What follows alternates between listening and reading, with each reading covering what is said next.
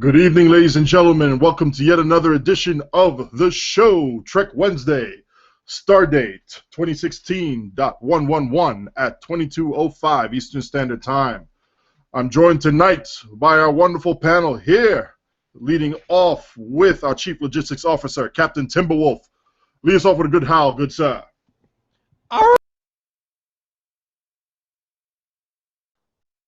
Thank you very much. Our Chief Intelligence Officer, Captain SarcasmDetector. Double extra gravelly today, aren't we? Our Chief Ironic Medic, Captain MK. Still present and accounted for just like 5 minutes ago. Exactly. And I hear you're healing a whole hell of a bunch. Yeah, you know what? It would not be the show without some minor technical difficulty. But we're loving it anyway. Did we get a second decent howl out of Timber? We actually got a second decent howl out of Timber. Okay. Yes, we did. Yes, we did. Our Chief Instructor, please hold the Ferengi whips. Damn it. Captain TeacherKirby. Hey, folks. Apparently, they're reporting in chat it cut off the howl. Interesting. I don't know what's up with that. Apparently, the technical difficulties do not like Timber's howl. Well, that's why I asked if we got a second decent howl out of Timber. Because it sounds like yeah, I don't know. We'll roll with it. We'll roll with it. This is why we miss our chief engineer, because all this stuff was working fine when he was here. Anyway, we'll roll with it. AKA we had someone to blame. Our chief emergency role-playing hologram and provider of ship porn, Zeph from Zeph Films. Good evening. Yeah, when's the next production? Wait. No spoilers yet. We'll listen to it in the show. And our chief of cheesy tactics somehow is squeezing out even more power creep in 11.5. SOB. Hello. It is just... there is no such thing as power creep. This is all balanced. Yeah, balanced for what? There's no such thing as balance here anymore, man. This is just what power tsunami you can squeeze out of your damn ship. Sound pretty clear for someone who's been drinking all day. I need all the power I can get to help me through normal queues, okay? It's all balanced. I'm sure it is. Somewhere in there, I'm sure it is. Anyway, first, let's lead off with something nice that someone has done. Our one and very friendly Ain at USS Freelancer decided to step up his friendly and helpful game to the next level and devised a list of people that will volunteer their time and effort to be able to help you out with builds, and is breaking it down by specialties as well as what they can generally discuss. So kudos to you, man, for stepping up and trying to direct people in the community who don't know who a trusted source is to be able to funnel people to those trusted sources whenever they are online and they have a moment to help somebody out. Now, and I'm sure Ain is going to bring this up within his final documentation. Remember, these are people too trying to enjoy the game. They will help out when they're volunteering their time and efforts to do so, but they also need to de-stress and relax and breathe, for the times that they're not either A, trying to play the game, or B, providing free QA support to Cryptic. So let them have their moment in the sun and relax, and then when they're ready to go and help you out, just be patient with them. They'll come around. They will help you. These people, I've glanced at this list. These are people who really will have no issues in helping almost anybody there. So if you come with a good attitude, or even an okay attitude, but you're respectful to them, they will be more than happy to help you out with whatever issues that you may have, or questions or build advice.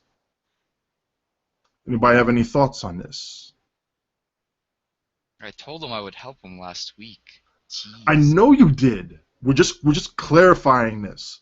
You're going to get us a nice little sticky for this over in the build section within STO Builds, right? Yeah, I can handle that. Sweet. Perfect. So we'll be ready to go on STO Builds once Ain has the final format set up and ready to go. It looks like he's just looking for what they call SMEs, the subject matter experts of various fields within STO. And he's collecting the names, and these names, for the most part, I believe, have been vetted, or at least have been recognized within the community enough to be vetted automatically. So wouldn't be a problem that way.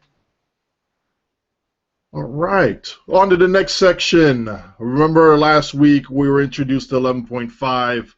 For those of us who've been toying around in Tribble, we saw the power creep coming, but we didn't expect it to be at this level. What are your guys' assessments so far? So last week, I personally propped up the Science Ultimate quite a bit, and after another week of messing around with it and having a character that has the Tack Ultimate, I could safely say that the Science Ultimate is definitely overall better. It's definitely the best Ultimate to go for if you're going for an Ultimate. The reason I don't like the Tack Ultimate, there's a few things. Number one, it's a mark on target that only lasts 15 seconds, meaning if you kill the target before that 15 seconds is done, you lose the remainder of the buff. Number two, 40% firing cycling haste for your entire team. Do you understand what type of lag this causes? At least it appears to just the extra calculations. It may not be the haste itself, but what it does, it's just horrible. You mark that on something like the crystalline entity, and your team gets that entire buff. Oh, it's just terrible. Have you guys noticed a bit of lag whenever someone hits frenzy? You could say that. It turns into Microsoft PowerPoint whenever someone hits frenzy. I was going to use the PowerPoint slideshow analogy on that one, but you beat me to it, damn it. I mean, it's really that. I wish I was exaggerating, but you will literally sit there and see like one frame change every couple of seconds. Doesn't matter what spec your rig is, or your connection. Oh, and FYI to the kinetic community, that haste doesn't work with torps. Wah, wah, wah. I think the only haste that actually does work with torps is for the console from the Crenum Science Festival. Kit performance apparently also doesn't work with Intel or command modules, and it's WAI, and it's also not something that people are talking about. And I just heard about it, so that was interesting. So, Spencer, you like that Science Ultimate a lot. Tell us why. Okay, so some of the characters I have it on have for example, one of the newer Fed tacks that I'm working on has a base crit chance of 5.5%. This is a character that has no fleet gear, no rep gear, no traits, got nothing on it. In fact, the only weapons it has on it right now is Mark IV beams. So, when I was running the Science Ultimate on the Science Odyssey, I managed to just it blocks the crit chance for that character at 50% for 1/3 of the time. Now, going from 5.5 to 50% is a massive increase, and it's just amazing. Now, what else is amazing is what happens when you do crit on something with the Science Ultimate. You basically instantly stack up a minus 50 debuff on everything you're hitting, which is just absurdly good. When you're able to do such a nice AoE massive debuff on top of a beta and everything else, that's a massive buff for yourself and your team.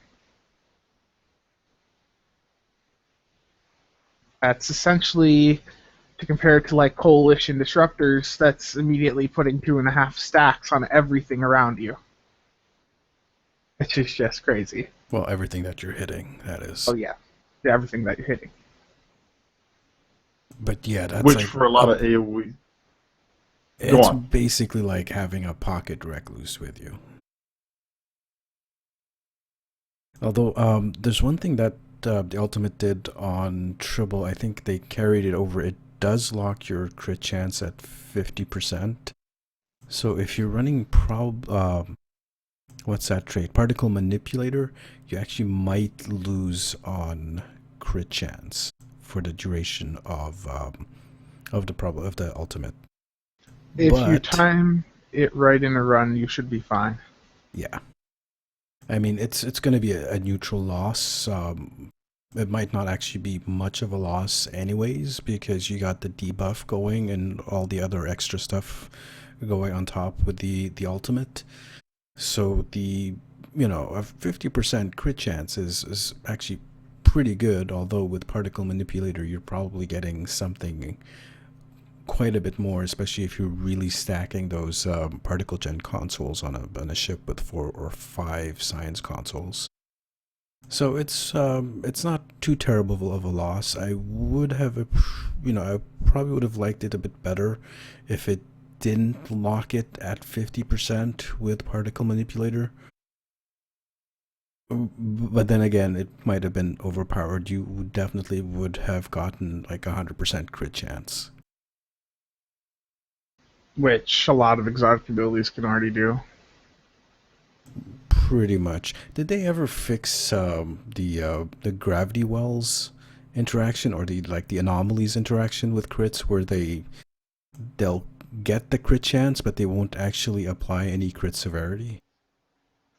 I believe they have it fixed. Eli, Ernest Ramos out there, could you please let us know if they actually had fixed it? I believe they have, where the grav wells will crit and the crit severity that you have on your character sheet is applied to it. I'm pretty sure they fixed that. Oh, it's not fixed yet? According to Darth Proteus, it is not fixed. I could have sworn they said it was fixed when we were looking at it on Tribble, but I could very well be mistaken. So. Yeah, well, hopefully they'll fix that soon. That has been a really long, ongoing bug. And you know what? Actually, more than hoping that they'll fix it, I'm hoping that it's actually on their radar to fix, because science abilities, even with the power creep, still need some love and some help. Except for feedback pulse. What? Feedback pulse needs a buff. What are you talking about? I'm sorry, that overblown, overpowered little thing. Hey, look, everybody, shoot at me, and I'm going to shoot everything right back at you. Between strategist and the feedback pulse trait and your regular feedback pulse, yeah, I'm sure it needs some love. Sure. I'd say, if anything, it needs like a 2x buff. Right. Okay. Anyway, moving along from this little Chief of Cheesy Tactics stuff here. For those in the kinetic community that is looking for an ultimate to use, the Science Ultimate is your only answer. Period. The TAC one will do nothing for you. I was going to say, just in general, the Psi one seems the only one that's worth using in most builds. I mean, Frenzy marks one target. That is of limited utility. And the engineering one, EPS corruption, everyone says is pretty worthless. I tend to agree. So wouldn't you go a little bit further and just say that the Psi-Ult is really the only one worth using right now for most people? I would see the TAC Ultimate for a bunch of energy weapons to hit a really big target, so that firing cycle haste could work. Again, we don't have resistant TAC cubes in HSC anymore. We do not really have any targets that merit marking using Frenzy anyway, and it also causes massive map lag. All right, assuming that the lag would ever get fixed, that component of it gets fixed, you're going to have some major targets like gateways, massive TAC cubes, Corfez boss, BDE bosses. Those will probably benefit from Frenzy. But outside of that, yeah, you're right. It's not going to be much use of it. Nothing does, but like I said, it's one of those things that I term of limited utility. Right. But at least there's a limited utility to it. Can we name a situation where we would use the Engineering Ultimate? Crickets, man. Crickets. Yeah, not that I can think of. There is no situation in which you'd want to use that. You know, I just wanted to get the panel consensus in on this one No. here. Just to be sure. That sounds unanimous then, guys. I want to surprise people and swap to another part of the skill tree, the ground side. Now, Hold on, I wasn't even done. Hold on, time out. I wasn't even done with my message yet to the damn kinetic community with this. Okay? Yeah, so you sit down, you wait your turn. Seriously. Yeah, I don't even like that symbol anymore. I don't even know why I allow you back on this show, for crying out loud. Get rid of that thing. For I'm gonna those who are make it using bigger. torpedoes, you will have this, especially salvo torpedoes, you'll have this weird situation come up. Remember when I had that spreadsheet out there where you would see high yield 1 outperforming high yield 3s whenever you have a huge amount of crit D and a small crit hit, or fixed crit hit, variable crit D? Hey, Mark. The higher your crit D is, if one torpedo or even two torpedoes crit out of the salvo, that you would see high yield 1 outperforming high yield 3. Well, this Science Ultimate only magnifies that situation. So, and I'm sure Vel will be more than happy to run the permutation numbers on this with the Science Ultimate factored in.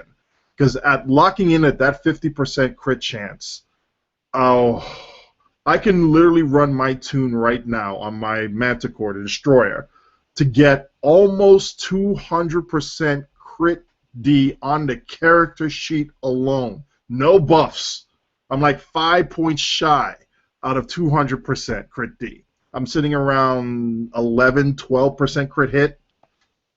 Now, why would I sit at that low of a crit hit? Simple. Because the big targets that actually require some heavy firepower, I could pop the Science Ultimate. My weapons that hit it will debuff the target or targets, and then I could fire my massive torpedoes at it, high yields of torpedo spreads, and each one of those torpedoes has a 50% chance to crit.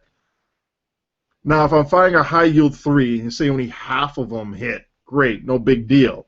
Then, that's a big amount of damage out of that 4 torpedo salvo. If half of my torpedoes crit on a high yield 1, and I'm not using the Terran Task Force torpedo and it doesn't have low hull, I'm already doing almost as much, if not more, damage than my high yield 3. What the hell, Cryptic? What the hell? Math is hard.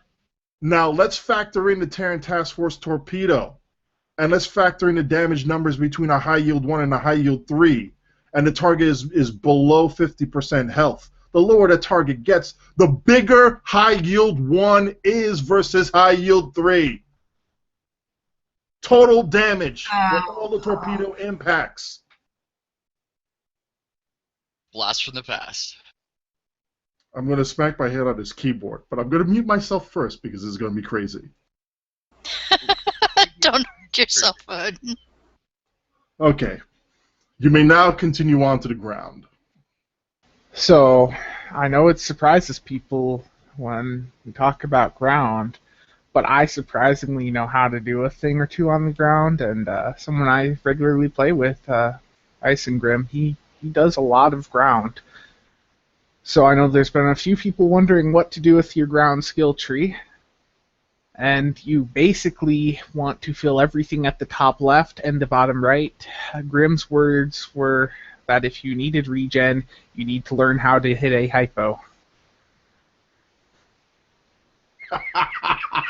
And Grim is doing ground PvP. He's doing, over 1k on the same character in NTTE.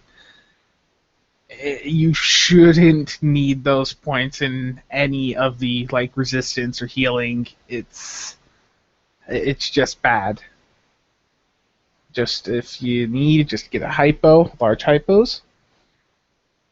Then get the biochemist off that brings down the cooldowns of your hypos. The rare ones should be pretty cheap.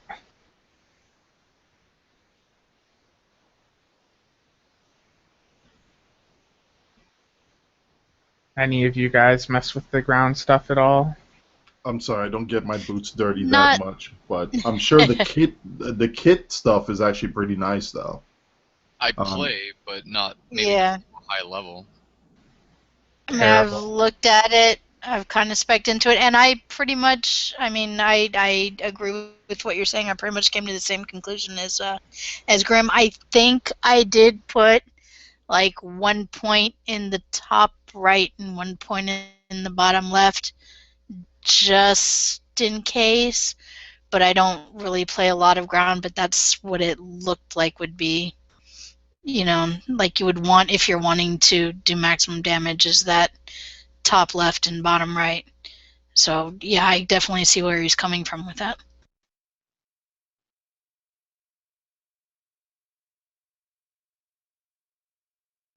Anything else that we need to make of note for 11.5 and its crazy week of power creep?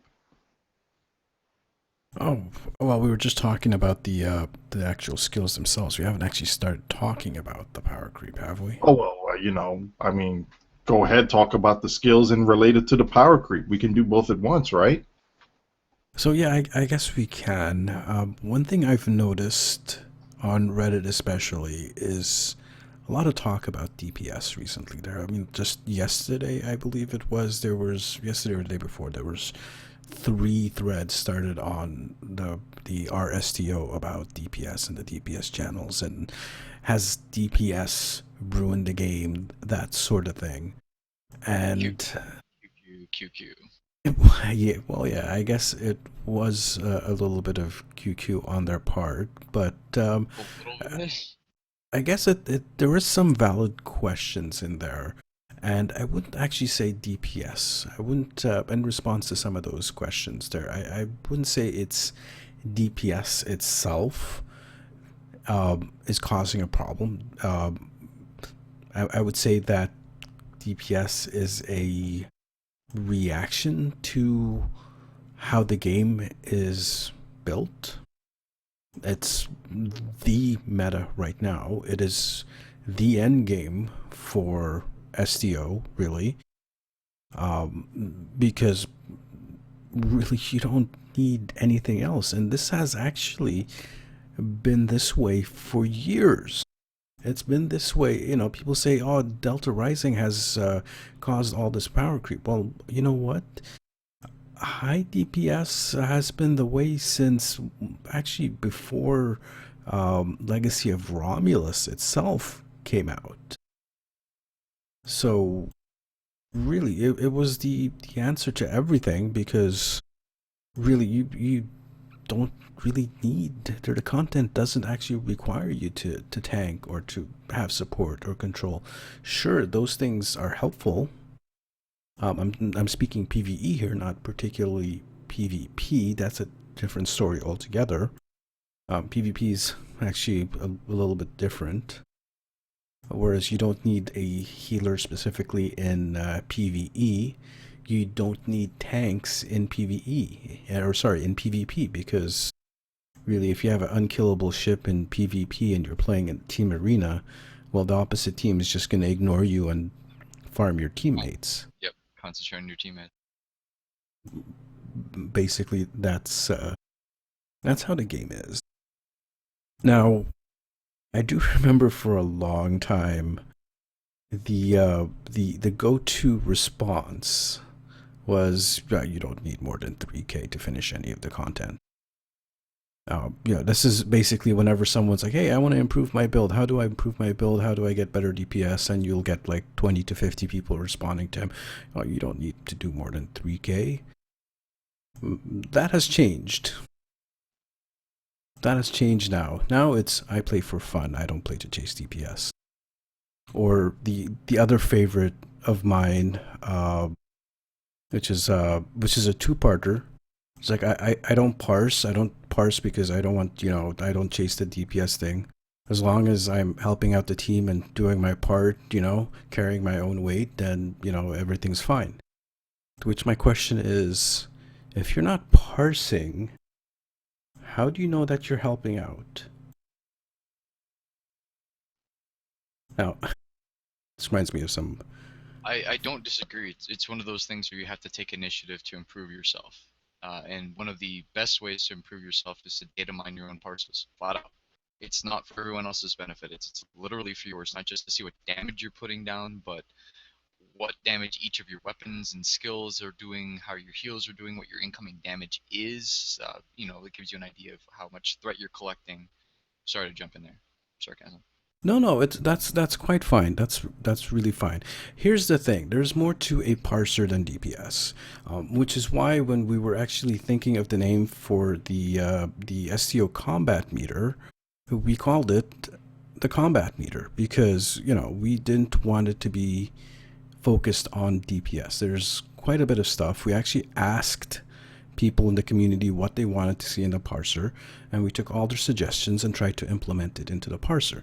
Now, unfortunately, some of the things like science abilities, certain science abilities, does not show up in the combat log. This is not the fault of the parser. This is just the game itself. The file that the game outputs does not write down this information. But there is still a lot of stuff in the parser. Some of it has to be calculated, like the debuffs, for example, because that doesn't get actually directly inputted into the combat log. The parser has to do some calculations on its part to figure out what target is being debuffed and by how much, and there's a little bit of approximation in there. But the parser contains useful information like if you're a tank, for example, your attacks in, your damage in, how much of the incoming attacks are actually hitting you and missing you, how much are you healing of that damage. The vaunted crit hit / crit sev ratio, the magic number that everyone says exists. It doesn't exist. But if you mine your own parse, you can get an idea of what ratio you're at. In other words, what you're hitting at globally with your crit H chance and your whatever mods are on your weapons, etc., etc. So you can see and adjust, maybe feed a little more crit 7 to your build if you've got plenty of crit hit, that kind of thing. So while there is no magic number, the only way for you to know what works best for your build is to parse yourself. Also, heals per second. That's another important thing that's also included in the parser. How much are you healing? Who are you healing? Where are you receiving your heals from? Doug, go ahead. I have one thing to say about healing and numbers, and it is different than DPS and numbers. So one thing that is it's a medical concept more, and I brought this up before, but you understand it well, Jenna, and it's triage. In other words, the concept of evaluating the battlefield situation, throwing heals where they will be most effective, occasionally letting someone die that's way out of range and that you can't save, that kind of thing, so you don't put yourself out and get into a bad combat situation. But HPS as a number is not necessarily the be-all end-all of evaluation of your efficacy as a healer, because a lot of times you're going to be holding back heals for situations where they're actually needed. You don't constantly throw them if they're not needed, unless you're in CCA and trying to rack up big numbers. What is the CCA that you talk about? So your heals per second isn't necessarily a reflection of how good a healer you are. That's a point I try to make, because a lot of times if a heal is not needed, I won't fire it. That's true. Well, the other thing is most people in PvE bring their own heals. Their own heals. Right. Or their own mitigation. It goes back to your, we really don't need anything but DPS. And that's a fact. Coming from a support player, all I do is play support. I just rolled a new a heal bird. But the truth is, the reason that Trinity can work in STO is because we make it work, not because they make it easy to make it work. We've designed our builds to synergize with each other in that way. And that's not what you have to do. You can just slap together a DPS build and chew through all the content and still have fun. I'm not saying you can't have fun, but you won't get the Trinity experience. Don't expect it. The Trinity is actually fairly outmoded for STO itself. It's I consider it redundant. Again, like we said, you just need the DPS and you need a hybrid build. You need hybrid builds, exactly. A hybrid build is, unless there are some extenuating, really edge circumstances, it's really the hybrid builds that work in this game. DPS healer, most tanks are in some capacity aggro tanks. They do a shitload of damage, etc. Speaking about tanks, I remember the day back in the day where, you'd hear from people, hey, well, I don't need to do DPS, I'm a tank. Obviously You mean a this zombie or a turtle, not a tank. we call those turtle builds because obviously that person who says that has absolutely no clue how the game mechanic works. Said gently, that's nothing to be proud of. I don't mean to be insulting, but that's not dying is not contributing. I know. I mean, well, the other answer to that, well, you don't do DPS if you're dead. Well, you don't do DPS if you're alive either, and you're a turtle. And if you're a turtle and you're doing like 2K, you're not attracting any threat, so people aren't firing at you anyway. Of course, you're surviving. This reminds me of something else, Mikey. This is someone we know from way back in the day, and this guy used to hate my guts. And it doesn't narrow it down for me at all. No, it doesn't. That's like huge. But this person always used to tell me, I don't need to do DPS, I'm a healer. Now, ironically, although he hated my guts, we ended up doing quite a lot of runs. I don't know why he was, Xing up for the runs I would call out, but he would. He would come on the runs. This was a long time ago, if it's the person, I think. Yeah, probably. And I parse everything because I like to see everything that's going on. I can go look at the parse afterwards. This is back in the day when we were still using ACT. This just to give you an idea how far back this was. I think I know who you're talking about now. Go ahead. So I would go back and look through the parses, and I remember I looked through about 12 parses or so that of all the runs I did with them. I saved them specifically for that reason, and I would look at his healing out, and he never healed anyone but himself. And this is the person that says, I don't need to do DPS, I'm a healer. And he never ever healed anyone. Never cross-healed the soul, huh? Nope. That I didn't know, so... That lends an extra level of shame, I think. That's funny. Not my shame, not your shame, but shame. But that's yeah. Funny.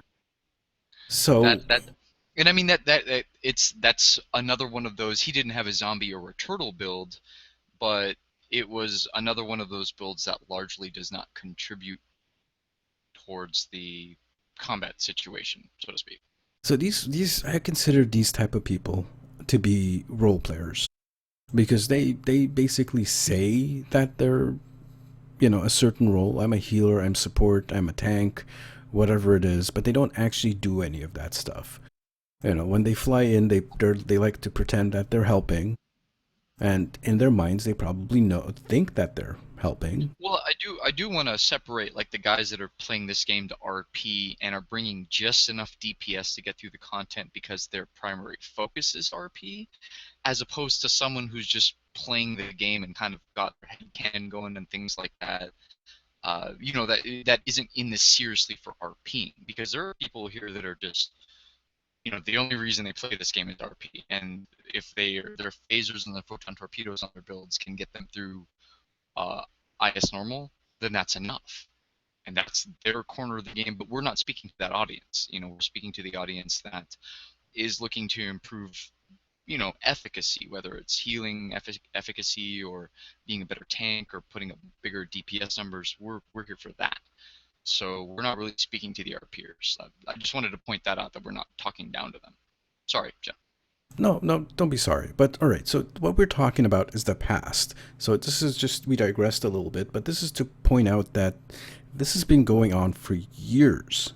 This has been going on, literally for years, since Legacy of Romulus and before. Now, back then, the DPS population of DPSers was less than 1% of the player population. So the rest of the people didn't really see any of this, or it wasn't really in high focus. Hell, I remember when I came onto Reddit and say, you know what, guys, put an escort, put beams on it, run FAW, and everyone's like, what? Beams? FAW? What are you talking about? It was a filthy word for a while. Yeah, and yeah, I'm sorry. On an escort, especially, you get laughed at, and you get laughed all the way out of the STM. I just swapped out of my Beamboat Fate, as a matter of fact. So that was back then. So imagine from all the way back then when I was, trying to uh, what's the word? Basically, I was the fall missionary for a while, trying to spread that gospel out. And what we have now, the population of DPSers has grown significantly. People who can. So where's the cutoff? What would you consider a DPSer? Someone who does more than 10k, more than 30k? Now, With the fresh power creep, it's hard to say. That number might have moved up a little bit. Yeah, everyone's gotten a little boost from the 11.5 power creep and all the power creep from before it, but let's just say the old definition of what a DPSer is. Remember, 10k used to be considered high. So, yep. The amount of people in this game that can do over 10k is a little bit more than 1% now. Significantly more than 1%. In fact, I'm pretty certain the amount of people that can hit 50k and above, so what we consider to be mid-tier DPSers, is probably in the range of 15 to 20, maybe even as high as 25% of the game population. I feel like 50 is within reach for me, and I can't believe I'm saying that, but I mean I've been parsing 42, 43 with almost no effort, going full heal boat. So I really think that 50 is within reach. That's a crazy talk for me. I literally think that I need to medicate myself when I say that. So yeah, I honestly believe that that range between 20k and 30k, there's definitely over 20% of the population of the game population can reach that number now. I probably agree. I mean, taking into account multiple tunes and things like that, but the people with the knowledge to hit that is definitely a larger slice of the pie chart than it used to be. I want to bring I also Spencer. I also think that the general population, especially those who argue against DPS for some strange reason, would actually do well if they sit down and spend a few minutes just learning more of the mechanics of the game itself. It's not so much, oh, you're going to make fun of my build and it's going to be horrible and I want to actually have this here so I won't ruin my immersion. No, chill out, take a step back, and relax. And then, with a mind that actually wants to take information in, viable information in, so you can play the game better without stressing yourself out and actually being competitive. And I'm not saying competitive as in you're trying to race against somebody else for higher DPS numbers, but competitive as in you're going into an advanced or an elite STF, and you can actually contribute or even excel in that STF while you're still having fun. That is very possible with almost any build that you can think of. I've ran in there with turrets and mines, and I was still able to do at least 23k DPS and have fun doing it. Ernest did a Borg STF in a pilot ship doing his little 360 spread torpedo launching thing to look like the last Starfighter, and he blew that thing up like it was nothing. I think Zooey has like a 75k cat bus, and that was pre-DR. And we're actually going to jump ahead a little bit on this. There's a video that two gents put up on Reddit recently here, MZ and Thon's two-man CCA run. They had different builds. They had fun doing it. They enjoyed what they were doing, but they took the time to learn their builds and to try and maximize as much as they can out of it. And they were still having fun. So for those who are just saying, I don't care about DPS, DPS is bad, I try to do as low as possible, you're not helping anybody. You should try it and see how you like it first. Just honestly, sit down with anybody here. Go look at Ains' list. Talk to one. If you don't like Sarcasm, you don't like me, you don't like Mikey, you don't like TimberWolf, I don't know. Yeah, who cares? Who cares? Go talk to somebody else on that list. They'll help you out. Apparently there are people who don't even know me that dislike me. Perish the thought. I don't know why, Wow. but okay. All I- right. I- Upset me. That's dedicated hatred, Jaina. That's That's I Yeah. know, right? let's put a good spin on it and just say you're inspiring. I do want to bring Spencer in here because I think he did want to talk a little bit about the power creep, specifically about 11.5. Did we put you to sleep with our little conversation there? Oh no, I was going crazy in the chat there. Yes, he was. I think we put Alan to sleep. So 11.5 has just the amount of power creep said last week. It's just been stupid. So myself, Smoketh, and Porch have been going into Kittimer's Infected.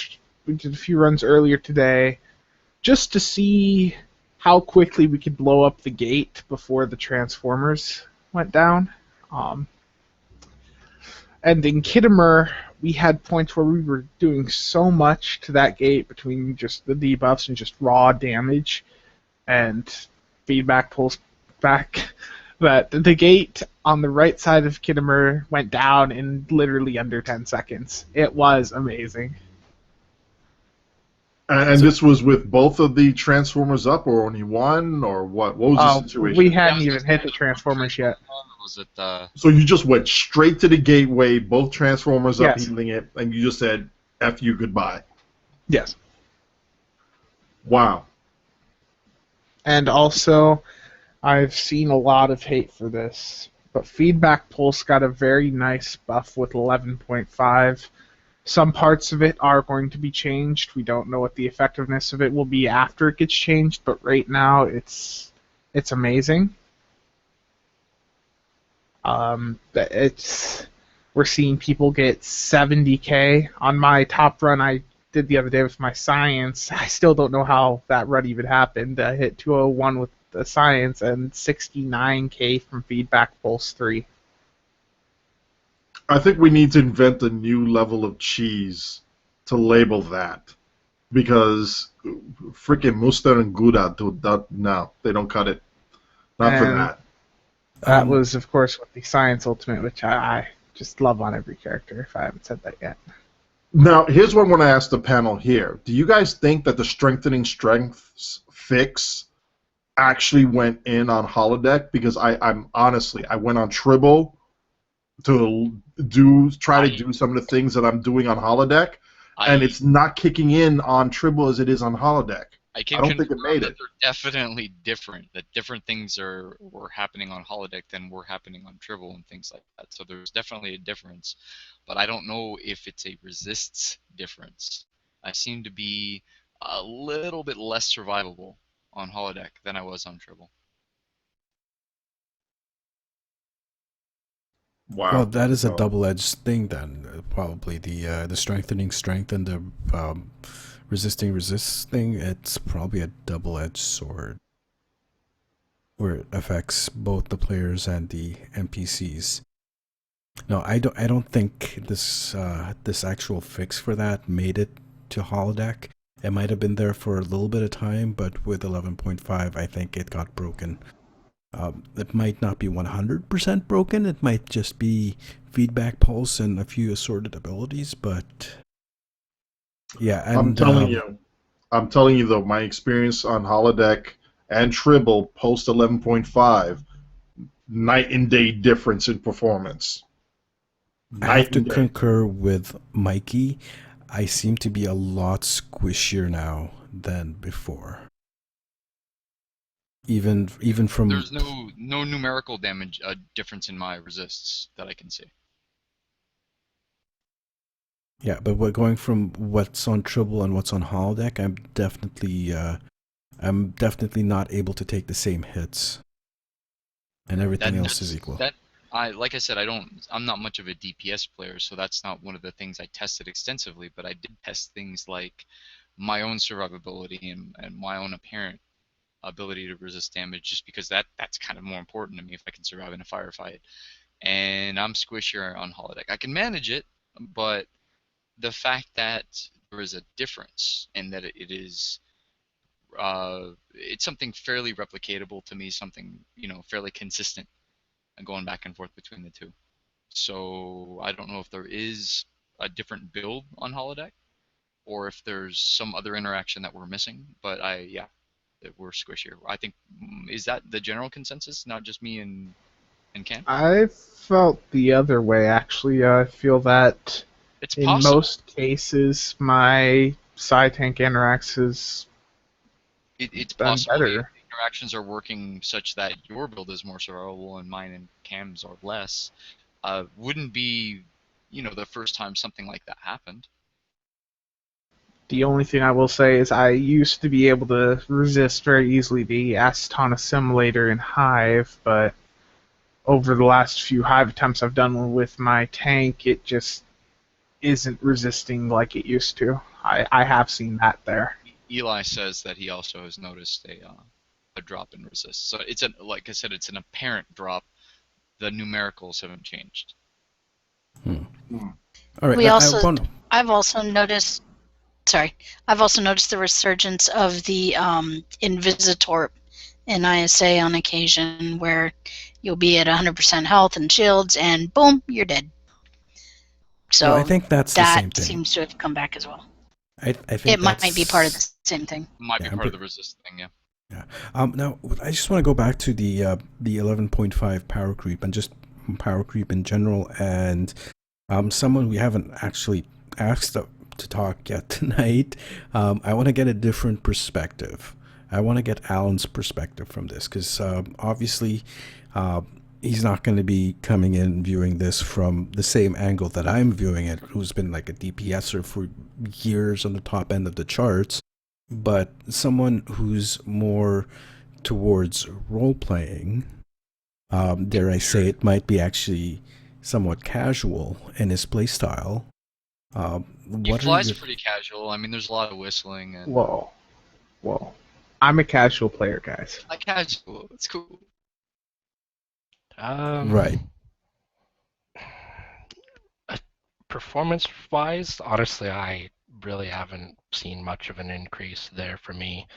Survivability, I'm seeing I'm surviving a lot more. So I'm actually seeing the exact opposite of you guys, but we might want to put our heads together and compare our skill builds to see why that's so. I'm about to post mine probably in the next couple of days, so maybe we can do that, Alan. Well, my skill tree on my tactical, like I didn't go for any of the ultimate abilities. I spec'd my layout is 20 points in engineer, 6 in science, and 20 in tac.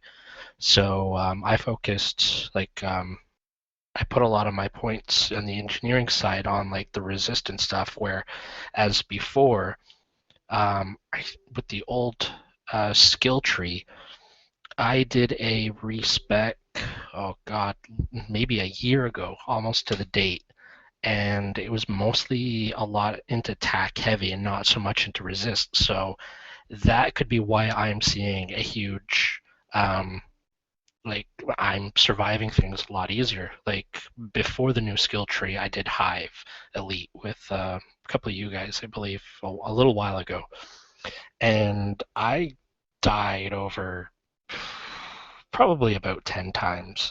That's how many times I died in that Hive Elite. And now I'm able to get through Hive Elite and only die 3 times. So for me, that's a huge, huge difference. I also put the Kabali console on there, so that saved my ass a few times. But Riff is good. Riff is good.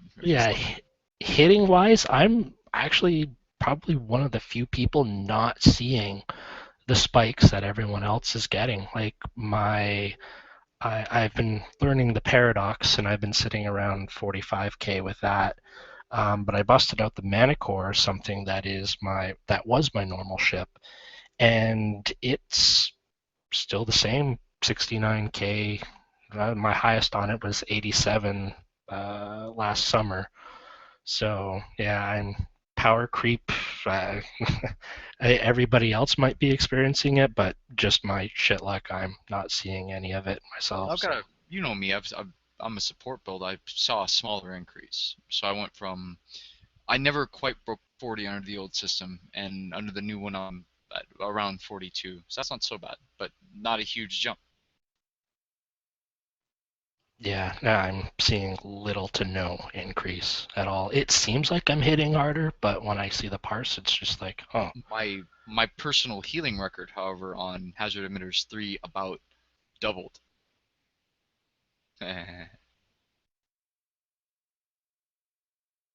So I did see an improvement, but not the same DPS improvement that everyone saw. And maybe I'd be curious to know what your actual numbers were after the show, Alan, to see post and pre 11.5 how you were and are doing. One person we haven't heard from also in this subject, TimberWolf. Your opinions on PowerCreep and Season 11.5? Not to try to be cliche, but it is real. I mean, I've definitely seen an increase, not just in organized runs. I've seen pug runs be better for myself. I've seen pugs get better when it comes to damage output, and I think part of that is they might have been learning mechanics, which is a good thing. I think some of it is that there's just so much power creep with the new system that you can put your points in a balanced build. Just, oh well, this looks balanced.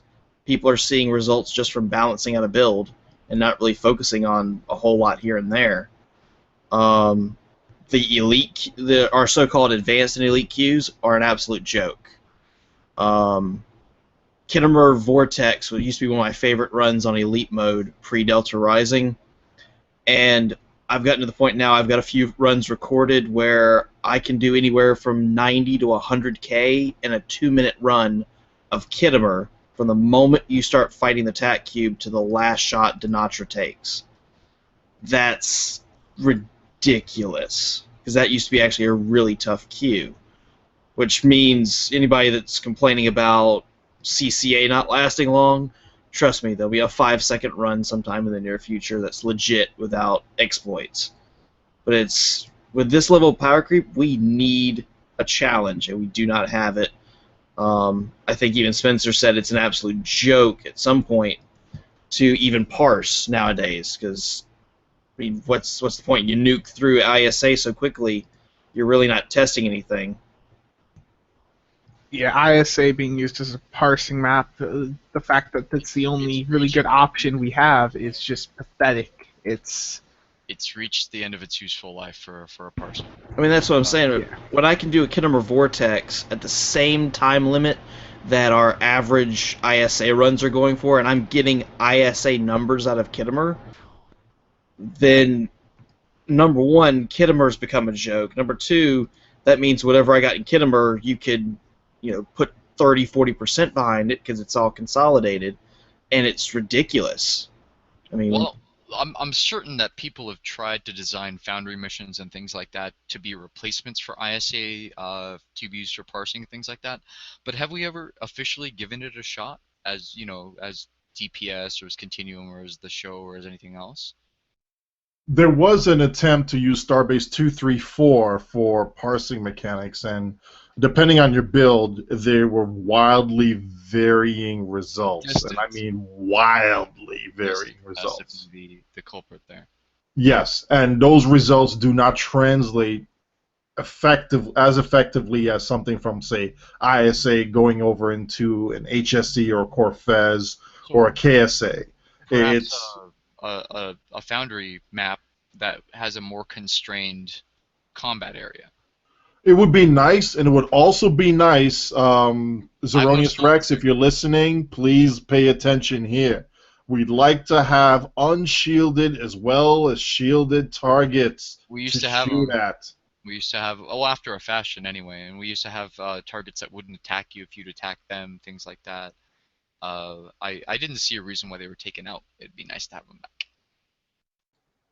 I will say there's some people that are experimenting with to see what can be done with that in the Foundry, but it just seems with our current target selection that may not be possible. We just need something that's challenging and that's rewarding. That's what we need. And you know what? Let me interject here with this. It would be nice. I'm sure this is going to fall into the wish list category, but it would be nice if we actually had released to the STO public the same tools that's used to create the maps that we see in the queues. That way, let the STO community mod the hell out of this game, and then we can throw that back into the pool. Then Cryptic can pick the best out of the best and make it an official queue. Put some developers out of a job, probably. Well, that's a really cost-effective way of designing some new content. So I think they should try it. It can't hurt. I mean, with just the story missions we've seen out of Foundry recently, I mean, my favorite mission in the game is a Foundry mission. It's not one of the ones that they wrote. You should mention which one it is, Timber. Trouble in Paradise, hands down, is still my favorite. Written by Pax, and was the middle of the Iconian War. The Iconians, the enemy that could appear everywhere and yet wasn't a threat. During the mission, they attack Ryza during the middle of the summer event, and you see Ryza in just ash, just destroyed, and you're fighting your way through all of this. That's my favorite mission, and it's written by a player. And I could see players getting together to write these kind of queues where they could, even if they're not writing the new queues, give them the tools to the old queues, let them write the elites. And then the elites are player-based because we know what we're looking for. We know what we want out of an ISE or a KVE, or we know what we really want out of a Corfez. I think that would actually be a really good thing to do. I don't really mind that they've been keeping the elite versions of so many of the queues gone for so long. I don't mind that so much as I mind the complete radio silence when it comes to any plans, because they have been missing for far too long, and they really, really need to get re-added. If there are things in motion to get that happening, then the player base needs to be apprised of that, because most of us have lost a significant amount of hope when it comes to ever seeing ISC again. Hashtag no-win scenario. Yeah, my new Healbird is actually named the no-lose scenario. One other one that I've been introduced to from the guys over at Midnight Q, who are going to have a podcast coming up here shortly. I believe on Friday they're going to release it. And I might butcher this name here, so please forgive me over there at Midnight Q. The Rise of Mold Rihan over in New Romulus. I'm going to try and put the name in the show notes here. Hopefully I spelled it right, and somebody can correct me if they're already in game and can check it. That supposedly is a good one. I'm actually going to take the weekend out to go and play it. I'm very picky on which missions to play on the Foundry. I'm very picky on storyline. So they've recommended this one to me. I'm going to go check it out, and I'm actually going to go and drop a vid on it and see what the heck it is about and if it's any good or not. So I thank the guys over at Midnight Q for directing me to this one here, and hopefully it will be a good story and some good action for it. And you know what? I honestly think the devs should be looking at what's going on in Foundry and somehow trying to port it over to what would be a playable queue, but expand upon it so that way people can get rewards or build it into one of their themes for the season, something. But there's a lot of talent in this game that is untapped, and they're not given the proper tools to be able to expand upon their talents. Let's do something about that, Cryptic. Here's your chance to be able to put this game up on the forefront. Do it. Take advantage of the talent that's here for you right now. You have some players whose writing skill rivals the writers you have. You know, like, it's really good, really immersive. I can't name a specific. Well, I guess I can. The Worst of Both Worlds is actually a really good Foundry mission too. It's kind of an old school if anyone's ever played it, but that's a good one. I have this theory that it's unlikely that we're going to see elite queues at all. And the reason for that, and this is just my personal opinion here, is that there are people working at Cryptic, more like running Cryptic, that are very conservative when it comes to the player rewards. I have the feeling that they even believe that the rewards that we're getting now, we're being over rewarded.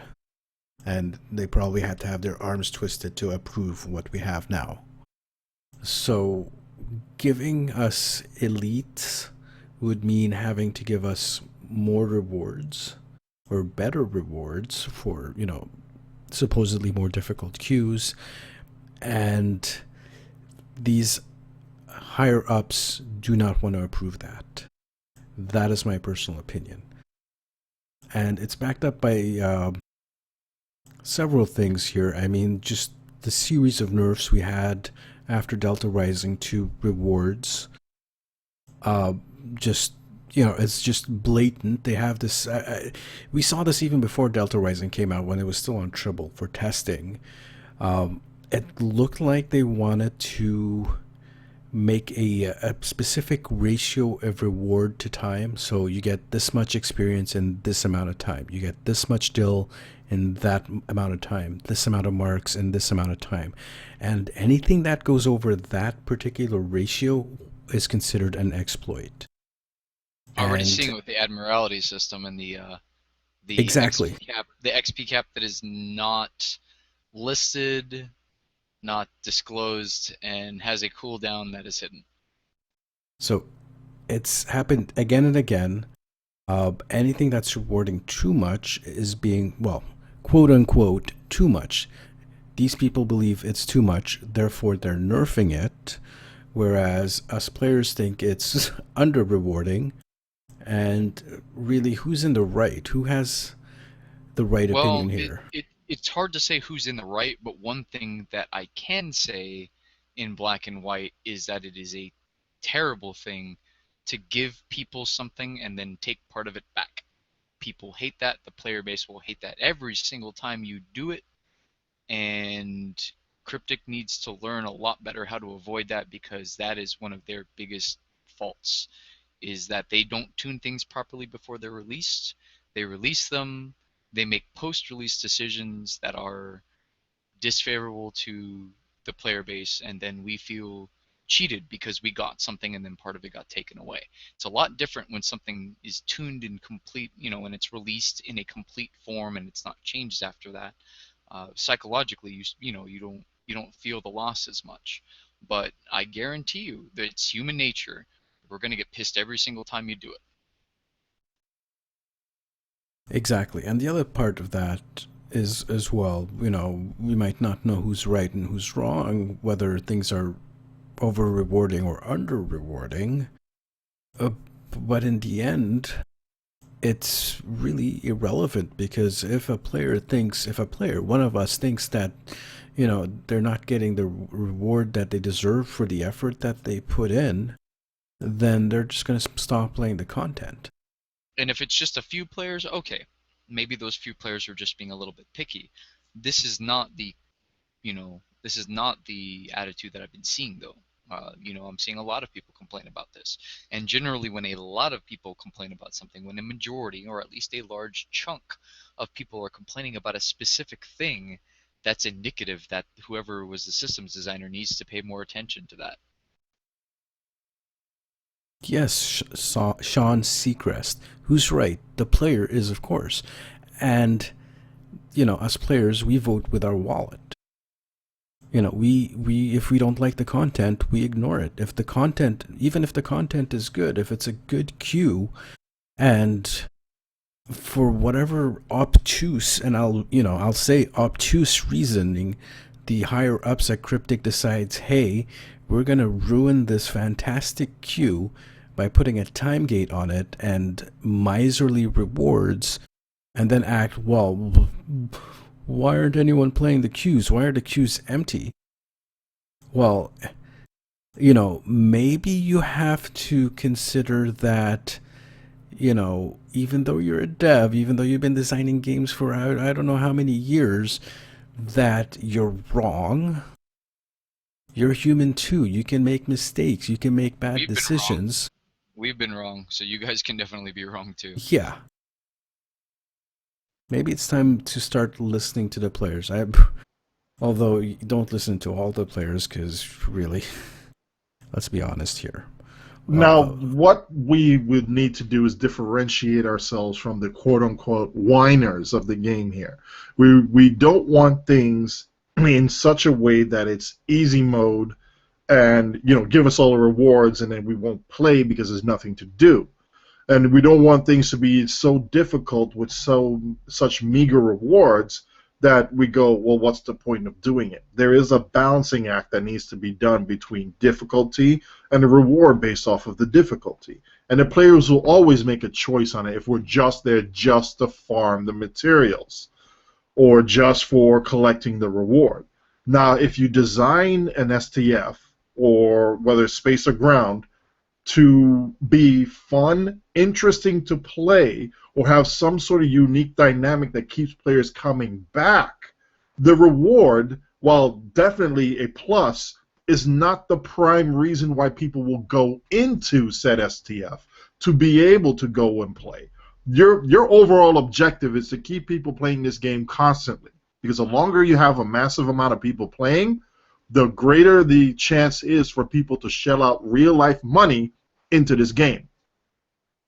Granted, one of the best ways to do that is make things interesting and keep activities going on in the game.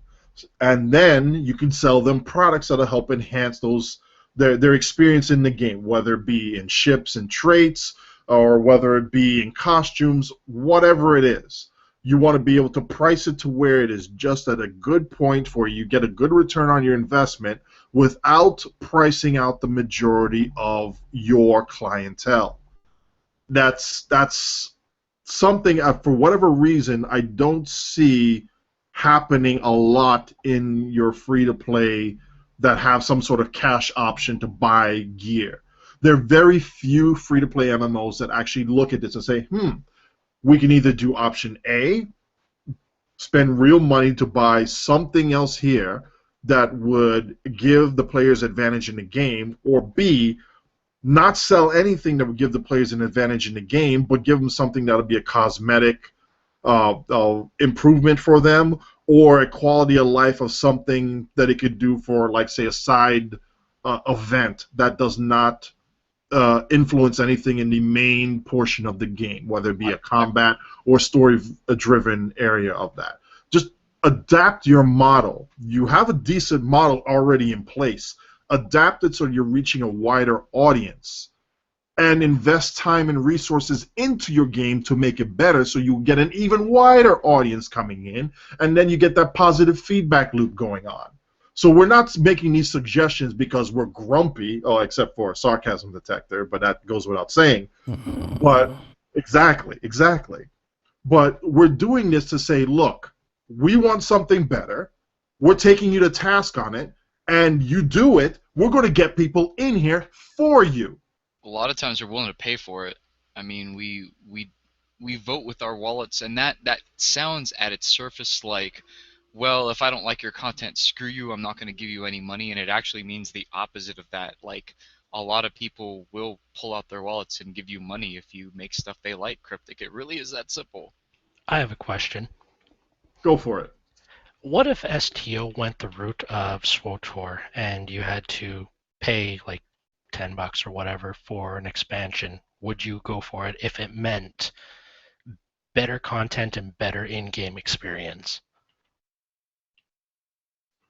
That'll be a good question, depending on how they have it done. Like, if you could save up dill and then buy it that way, or only pay $10 cash to be able to buy that extra expansion and content.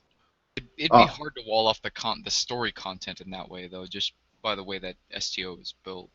Exactly. Yeah, I know, but if they, in the future, if they ever like decided to go that route, like if they did it right, I'd pay. Because even though SWTOR has a horrible free-to-play method, free-to-play. Their model is hard. Yeah, their model. Thank you. They're like, I've played that game for a couple months. No lag, lots of open space. Like, it just it seems like even though you get nickel and dime for everything, but that money is actually seemingly going to infrastructure and story. So I'd put $10 in. I mean, I'm not saying I wouldn't. That wasn't the crux of my objection. mhm.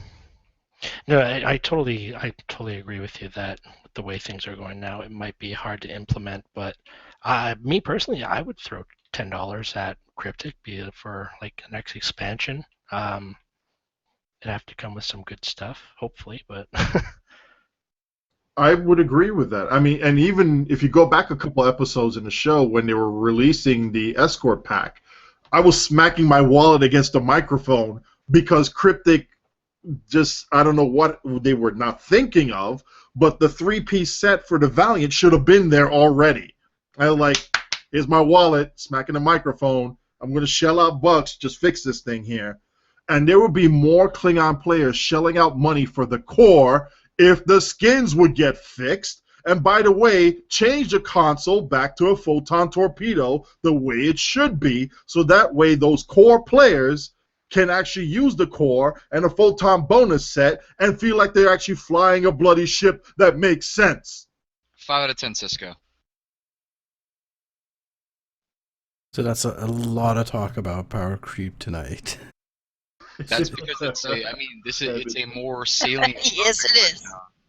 You know, like it's the first or one of the first shows post 11.5, and people have had a little time to settle in and test skills on holodeck and things like that, and they're noticing, you know, oh my god, I got more power now, and that's a good thing. I mean, it's something that you want when you're transitioning to a new system, to give your players a little bit of a bump to make them feel better about having to change over to the new system. I get it, and that's one of the reasons why.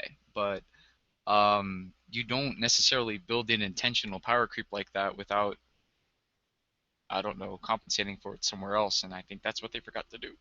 see, we're what, a week in for 11.5? I'm already bored. I'm not bored, but someone else, not someone on the show, but someone mentioned in command chat earlier that, you know, we can see how many people are in Reddit chat at any given time, you know, and before, even as far as 3-4 days ago, we were seeing 300 plus people. That's already dropped by 1/3.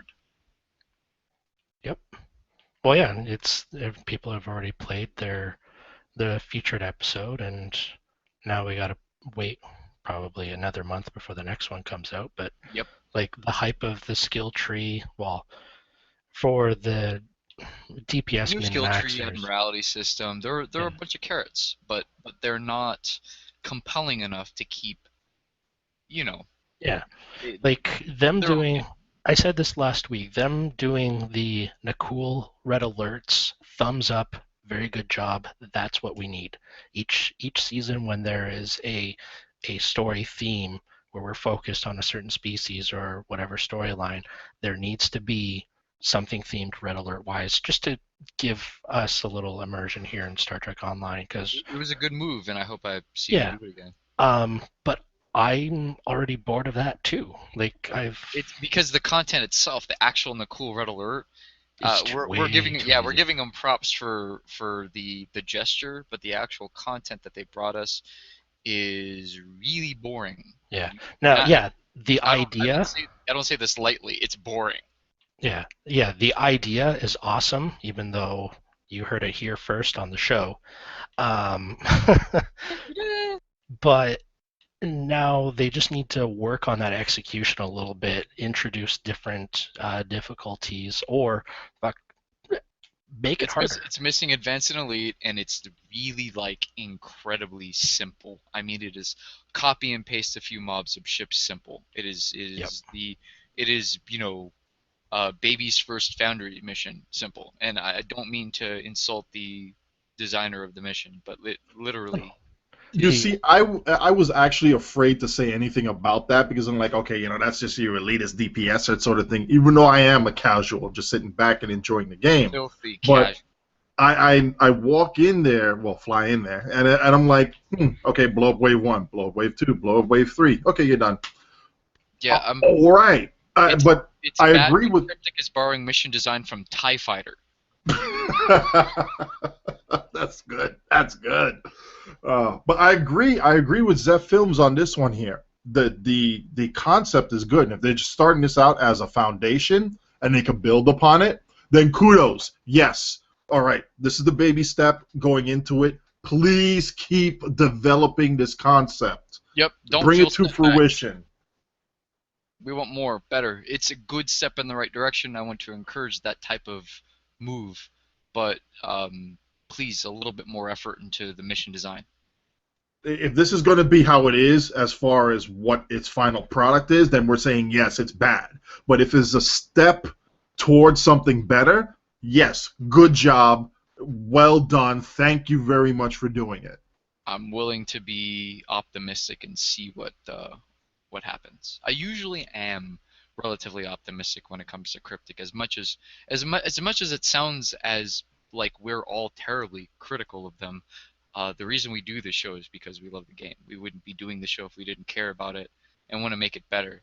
Sometimes it's tough love, and that sounds trite and like we don't mean it, but it's the truth. Like, the love part is very present.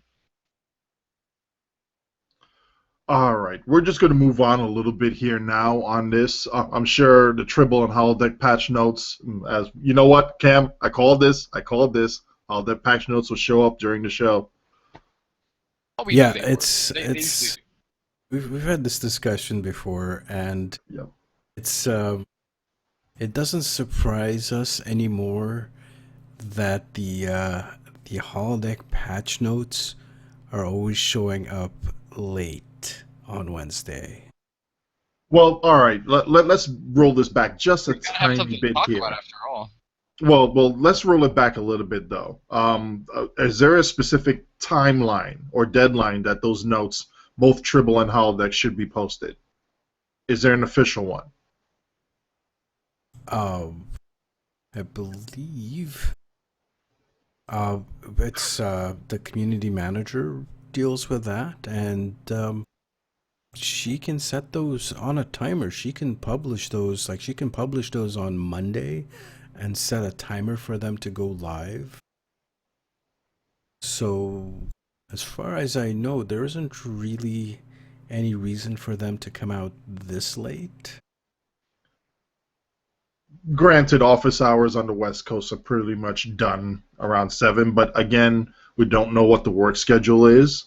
And I'm saying this not to be, cover up or kiss ass, but just, just statement of fact that we don't know. There isn't any set time on when these things will come out, and we've seen them sporadic all over the place. But typically, the holodeck notes have been more or less showing up during the show.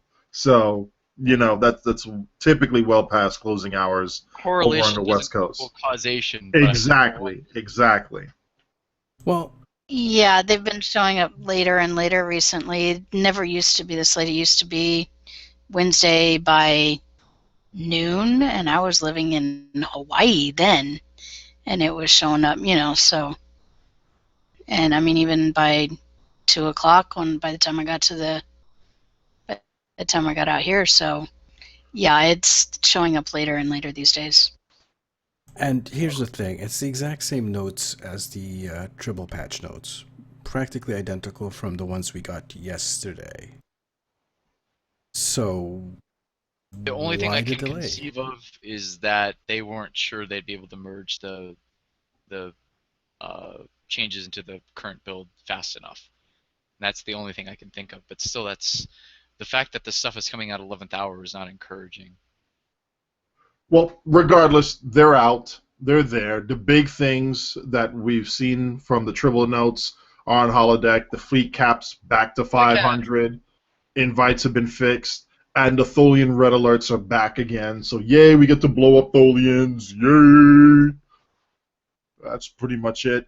For those people who have your VIP Dill mining cards, prep them. Dill weekends this weekend, so enjoy it. Which reminds me, Blackjack, our friendly buddy over at the Reddit fleet, is probably going to be doing a stream this weekend. I don't remember if it's going to be Friday or Saturday to coincide with the Dill weekend. But if I remember correctly, it might involve some punching some Voth and dinosaurs in the face. That's not where we punch V-Rexes. We can't reach their faces. We punch them in the dick. Yeah, you know what? I can reach a damn T-Rex face. Let me just jump up there and smack it. No one else can go full Cisco, so that's not fair. Well, you know, it's full Cisco. Come on.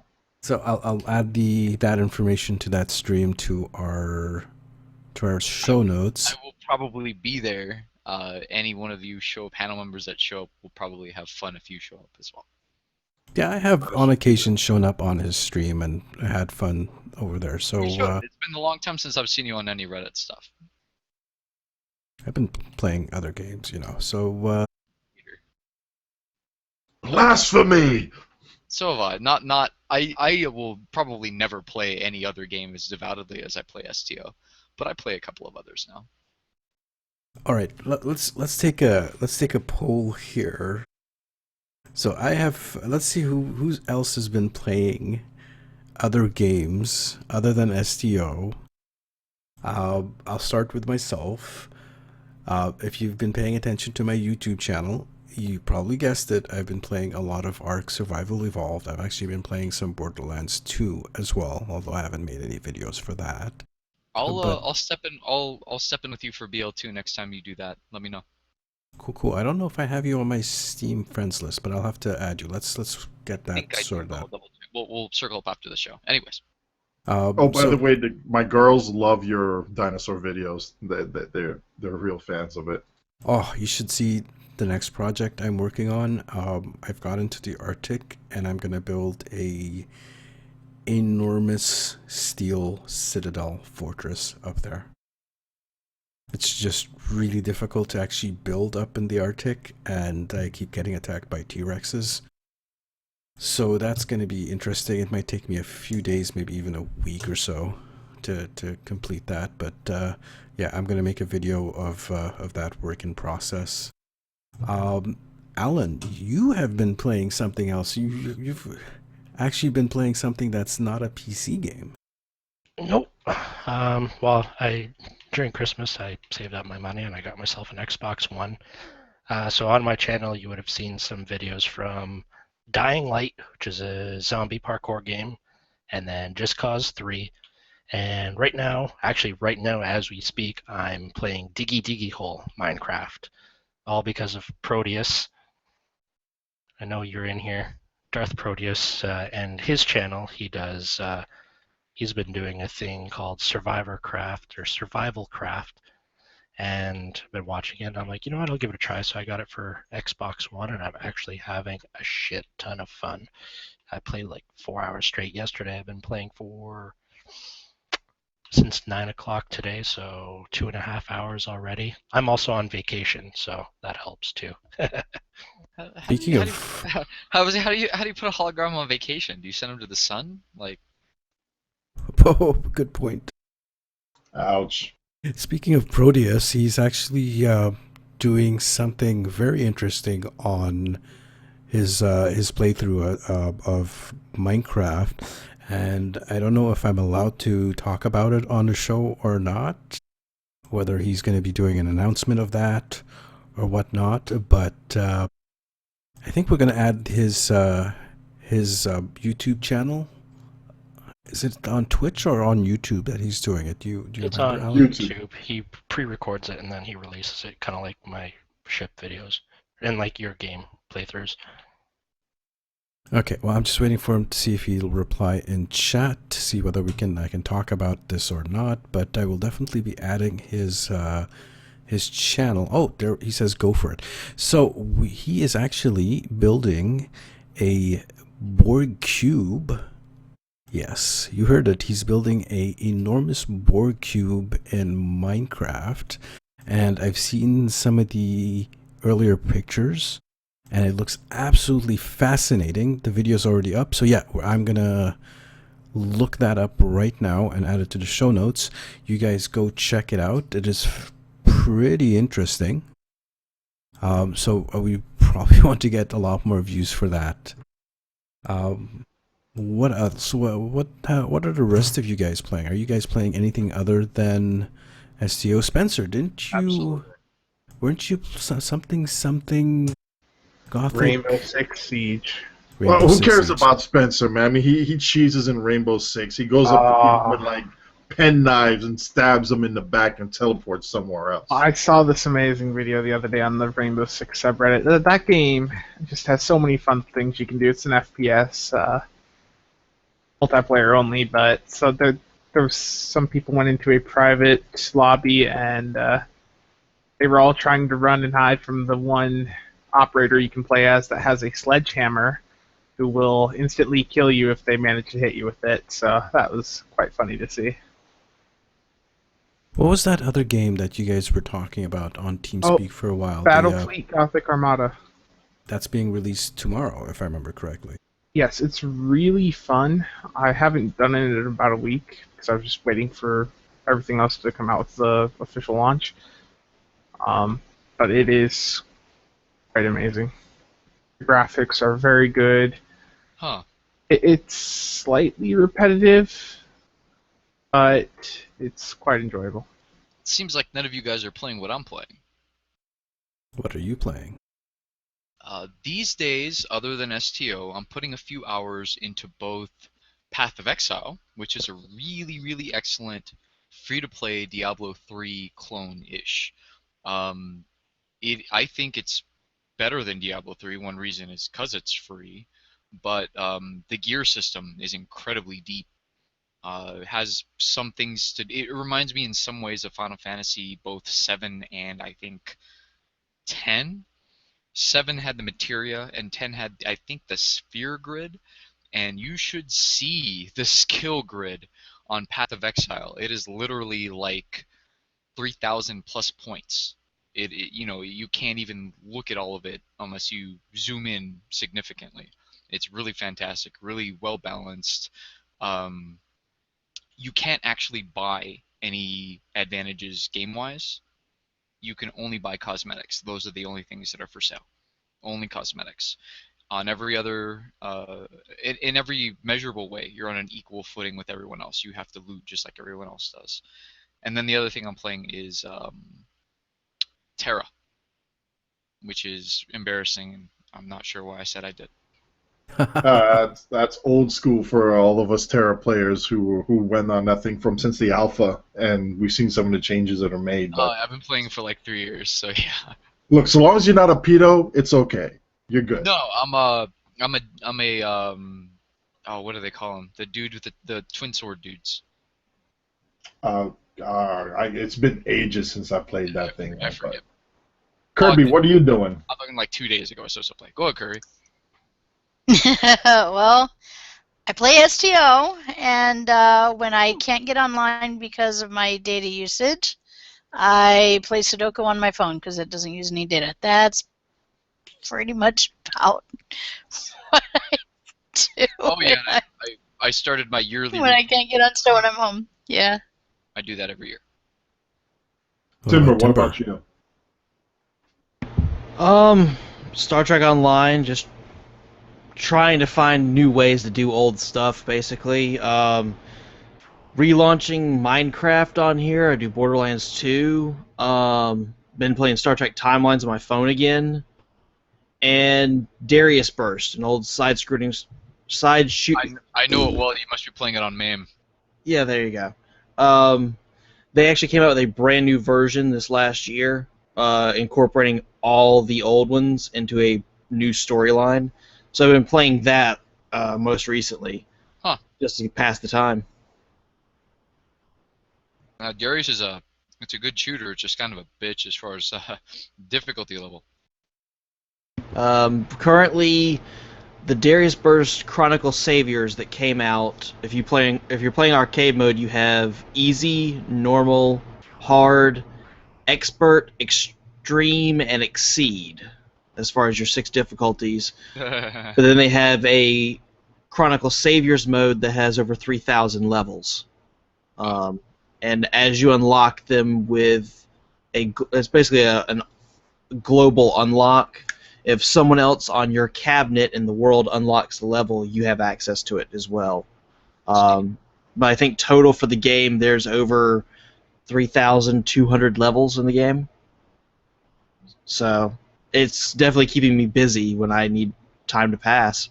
I didn't know they re-released it. That's definitely an old school game. I can't remember. I think it's G Darius actually that I have a version of in MAME that has like a triple screen version. So if you have a really wide TV, like a 21 by 9 TV, you can actually see it the way I don't, but a friend does, and I had it set up on it, and so you can actually see it the original arcade aspect ratio with 3 screens for that incredibly wide playfield. Yeah, they have it set up right now for dual screen, and what they've done is you can go play some of the older games, but they've more or less put it in where any of the ships that you've had going back from Darius 1 to the current, you can select which ship you're using. So you can go back to the Darius Twin model, use that, or one of the brand new ones with the Burst Beam series. And then they just did... Go ahead, sorry.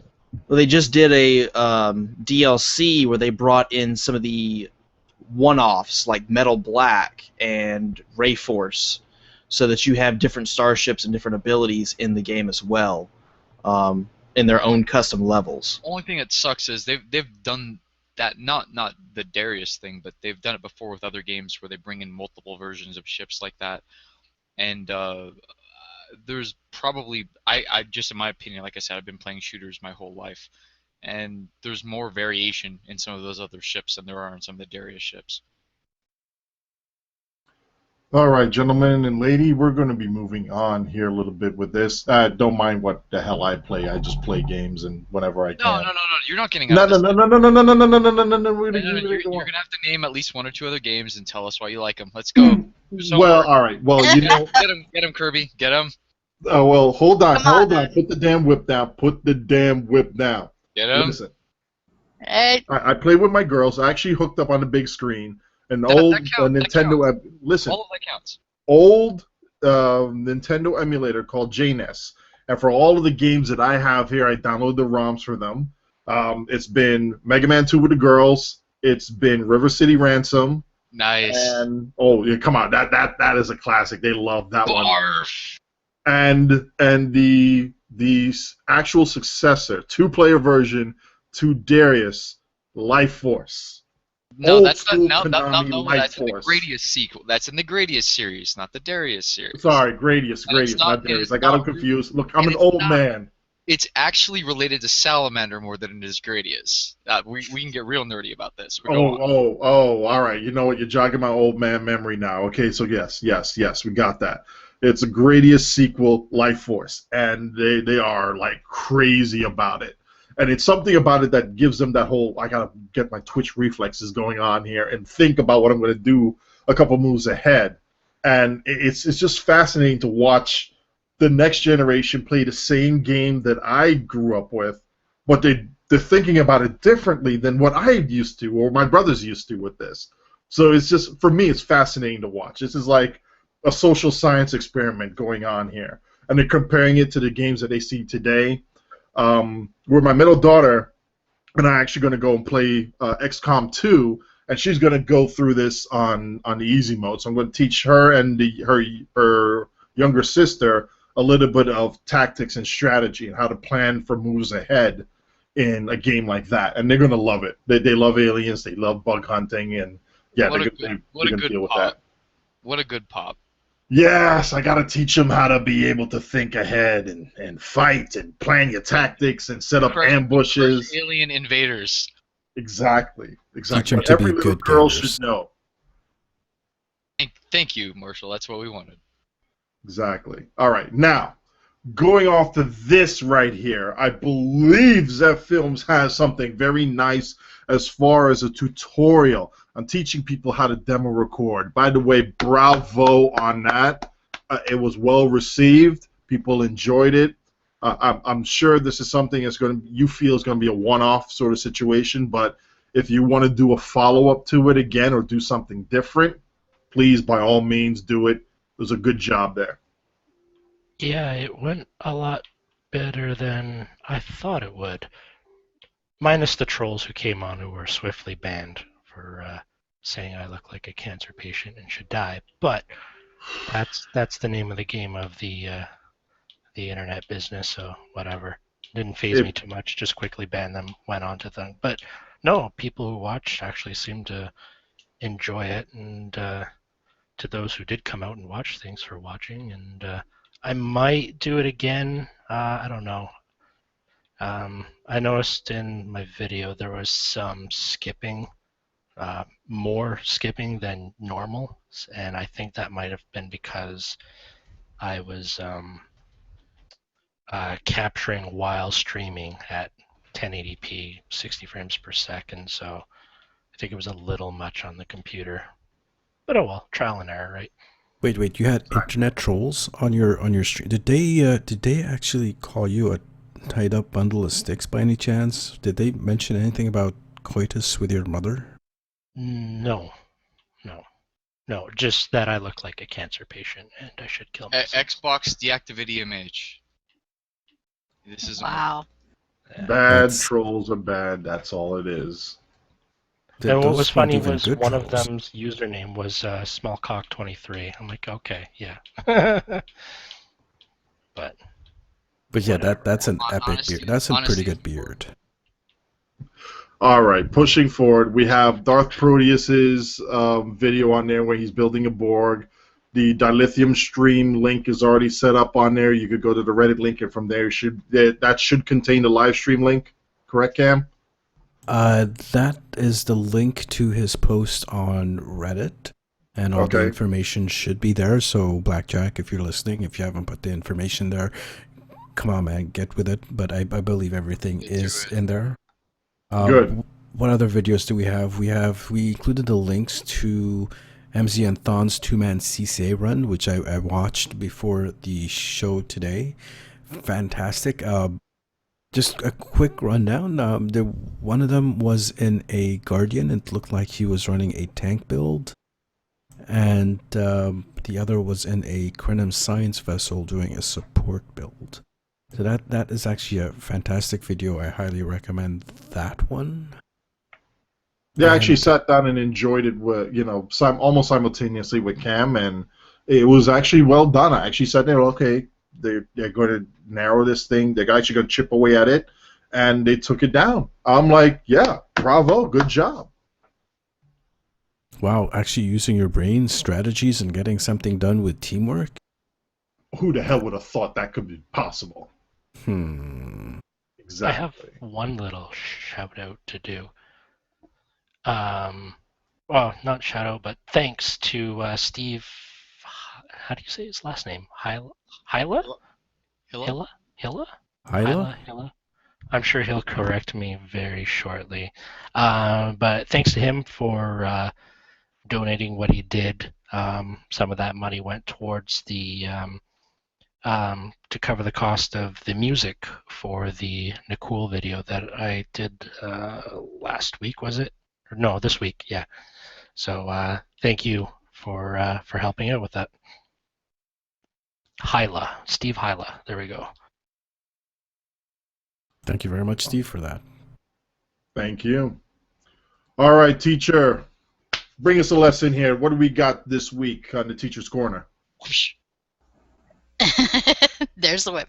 All right, so this week since we got the new skill tree out, people are looking at their builds, maybe looking at getting their alts up. They've got their main set, and so maybe looking to do a little something new. So I decided to go over one of the gems that's come out recently, the Quantum Phase set. It's not going to get you high end like 100k DPS, but if you're looking for something that is cheap, because you get it from running episodes, if you're looking for something that it's actually pretty good for a drain build, especially the weapon set aspect of it gives you a pretty good, decent attack, and it has a really good drain that goes with that as well. So I went over the Quantum Phase set to kind of point you in that direction for, if you're looking for something cheap that has decent stats and will work for a decent build, for an interim build, or for something new, then there you go. It's something that's viable for you. And one thing I want to bring up on this set, because I do use the Quantum Phase weapon set a lot, the Quantum Phase high yield firing mode for the torpedo will heal your shields, but will not drain the main target that it hits, which, boom. And this has been out for a while, but yes. Also, don't run it with shield frequency modulation. You will not get the shield heal. That's been a bug since, I guess, the release of this torpedo. But, yeah, that hasn't been fixed yet either. Also, Cryptic needs to update or convert the stats on the engine whenever you're on full impulse. It's still showing the old stats for, like, flow caps or EPS. And what was the third one on there? Was it part gens? Something. Yeah, exotic particle gens. Yes. Yeah. Brain X in the new system, and the shield regen are the things on the deflector. When you're at, the first 15 seconds when you're at full impulse, you'll get a small boost when you're using the engines as well for that. It's kind of interesting when you look at the space stats.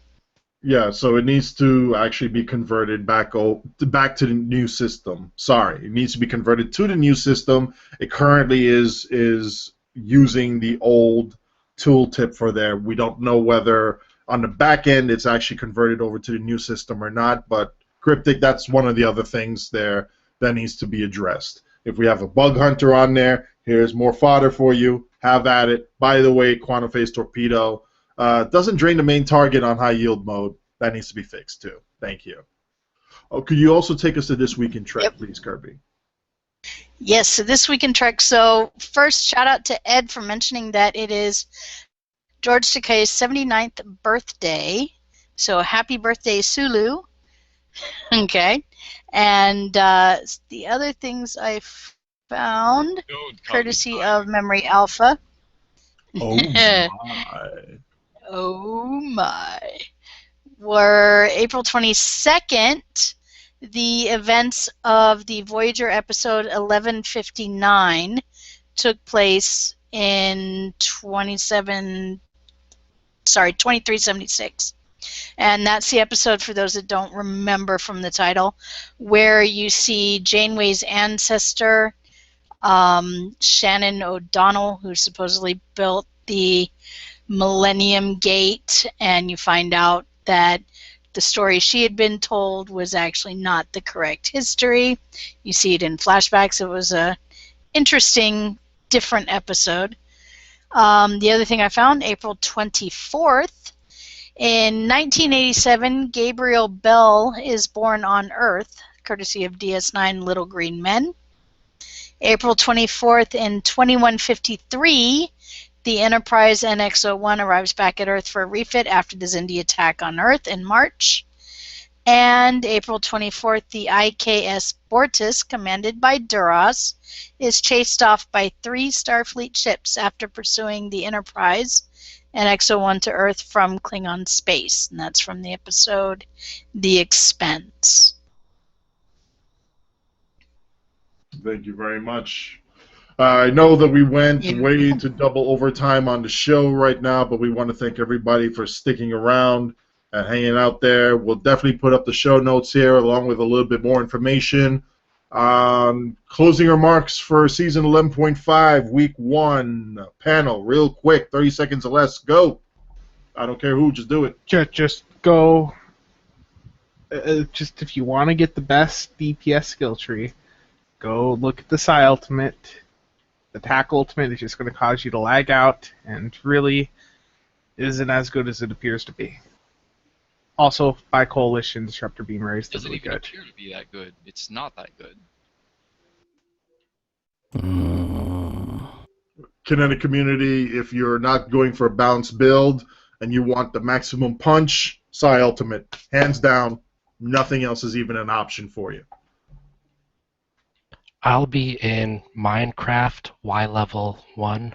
If something new and interesting comes out, you'll find me there. Oh, yeah, thank you for reminding me. Cryptic, we need good content. Please, chop, chop, let's go. Let's go. Check out Midnight Q whenever they stream. We'll put the link in the show notes as well. Shout out to those boys over there. Have fun, everybody. See you in game when we're actually there. Good night, folks. Good night. Good night. Good night, everyone.